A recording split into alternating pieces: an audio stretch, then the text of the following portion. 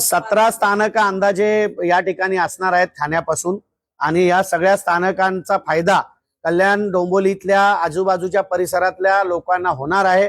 आणि कल्याणसाठी आजचा हा खूप दिवस हा आमच्यासाठी खूप महत्त्वाचा आहे, कारण की 10 वर्षानंतर याचं भूमिपूजन आदरणीय देशाचे पंतप्रधान नरेंद्र मोदी साहेबांनी केलं होतं देवेंद्र फडणवीस साहेबांच्या राज्यामध्ये।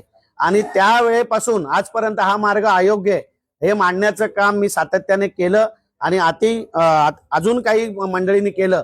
त्या सर्वांच्या प्रयत्नाला यश म्हणून आज या शहरामध्ये ही खडकपाडा मार्गे ही मेट्रो जाते आणि त्याचं प्रत्यक्षात आज GR निघालेला आहे 22 तारखेला आणि 1 महिन्याच्या आत त्याची निविदा प्रक्रिया पूर्ण होणार आहे। प्रत्यक्षात काम माझ्या माहितीनुसार 60 दिवसाच्या आत सुरू झालं पाहिजे।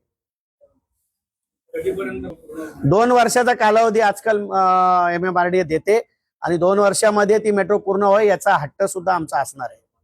आज मोठा आनंद होतोय। कल्याणकरांच्या वतीने मी राज्याचे उपमुख्यमंत्री एकनाथ शिंदे साहेब व डॉक्टर श्रीकांत शिंदे साहेब यांचे खास करून आभार मानण्यासाठी आजची पत्रकार परिषद घेतलेली आहे।